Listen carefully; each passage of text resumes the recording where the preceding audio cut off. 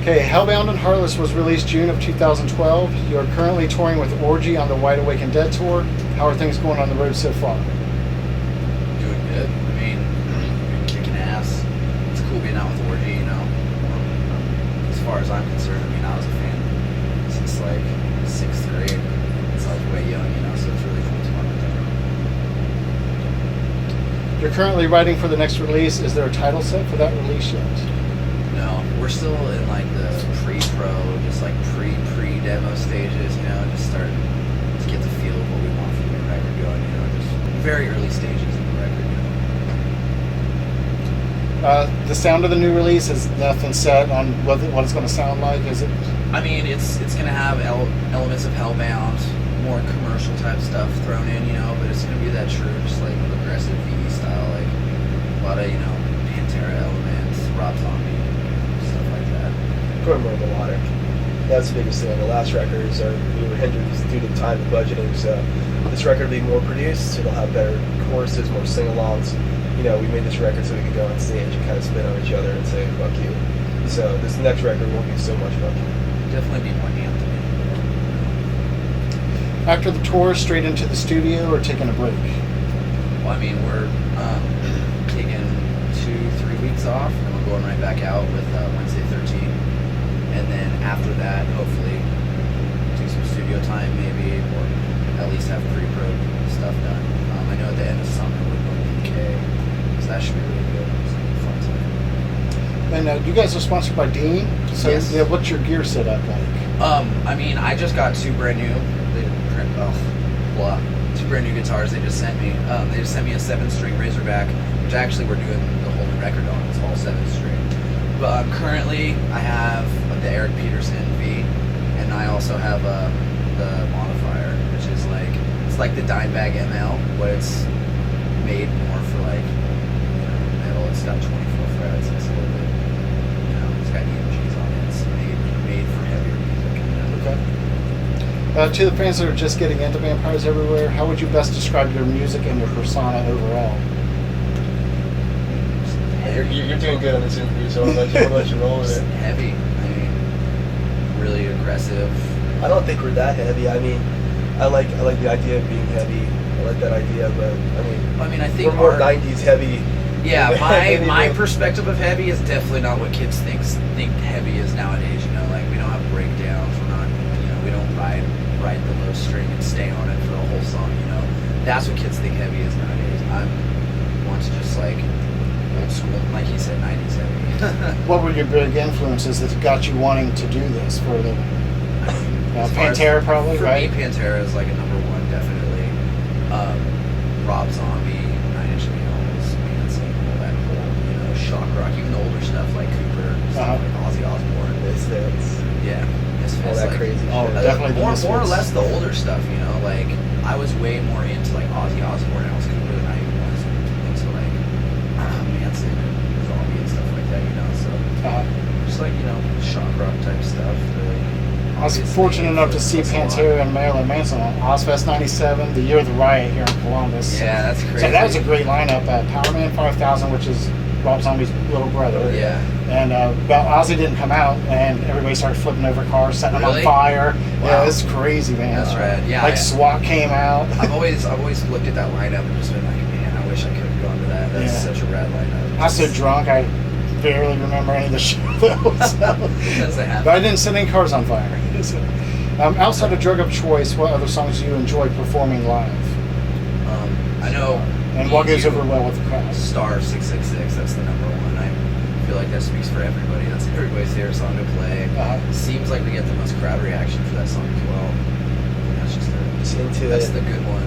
Just being into it, you know. It's personal for me. It's one of the most personal songs, so it's cool getting out there and kind of just doing my thing. While on tour, do you have time to write material, or is it usually too hectic to really write on the road? We're currently writing a new record right now. You know, we do the majority of writing on the road. A lot of Hellbound was done on the road. We're on the road so much. You know, we wrote a little bit of Hellbound on the road actually, and that's why we kind of had to cram so much when it came down to actually get the record ready, is because we were so little time in between tours and stuff. You know, like we didn't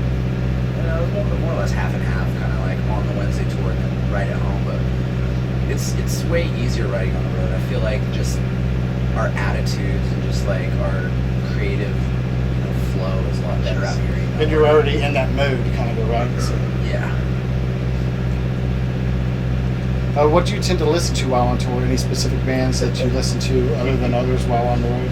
We did the same rituals, man. I mean, like, when we're like warm up time, Super Beast, Mob Scene, and Crash Diet. We just do those 3 songs. We're like, oh, we're ready. So, I mean, that's the 3 songs we warm up to, kind of get ready to. Kind of weird 3-song mixture, but they work. Uh-huh. And then we go to Molly Crew right after that while we're completely inebriated before we leave the bus. So it's the only way to actually get out there and feel it special. You know what I mean? It's like, we're not drunks and alcoholics. We do this too. We're normal. You know what I mean? So we feel a lot better about ourselves when we listen to Kickstart My Heart or some shit like that. Even though it's a Toyota commercial, right? I mean, aside Still from a good that, it's song. kind of just like other than the ritualistic warm-up song, it's like just a smorgasbord of random bullshit, It depends if our drummer's on it. You got every fucking Warped Tour band ever created. Yeah, Pierce the Veil. And then every metal band that we've never heard of from different areas. So, Camelot has been reoccurring. I woke up on to this tour. this morning. Like dragons were flying around here. Some sort of crazy power glove metal, or I don't know. Everybody has their weird niche of what they like that nobody else likes. With me, you'll hear Justin Timberlake bumping. These guys, I don't know, what do you guys listen to? Random stuff.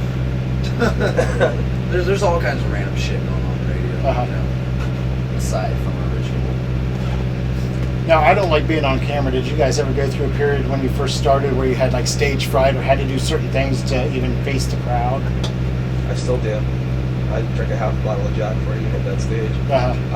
I'm completely introvert.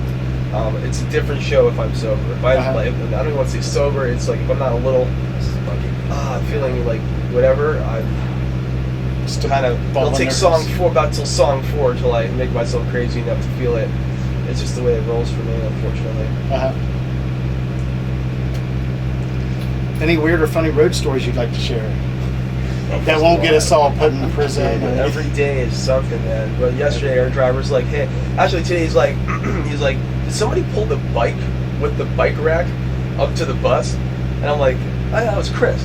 Yeah, because that's why he's like, oh, we got a new bike, but he took the rack with it, so that was pretty bad.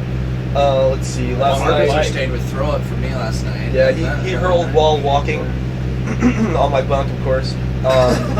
And then I ended up hitting him in his tooth. Yeah. I kind of broke my knuckle. Fat lip right now. That was just the last day.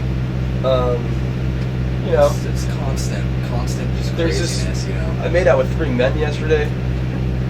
I remember there was a lot of male kissing going on last night. You were very upset about that. It was very awkward. Yeah, that was just yesterday. Yeah, every day it's something new. I mean, put a little alcohol in the mixture, put women and rock and roll. I mean, you have some fucked up shit from us. Awesome.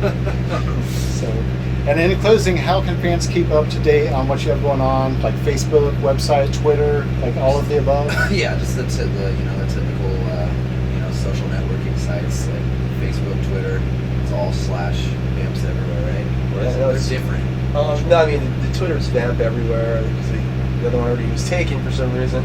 I guess there's one more of us, and the rest of it's vampires everywhere. But we actually got a new merch store up with our friends over at Cinder Block. Okay. So if you're into getting our merch, the first time you can actually get our merch is now at a merch store that's not somewhere in the UK in a little market. So if you're into getting our stuff, you can get it now. Cinderblock.com. Yeah. Okay, well, thank you guys for your time, and we'll see you out on the road again here soon with Wednesday 13th, right? Awesome, man. All right, thank you very much. Thanks. Yeah.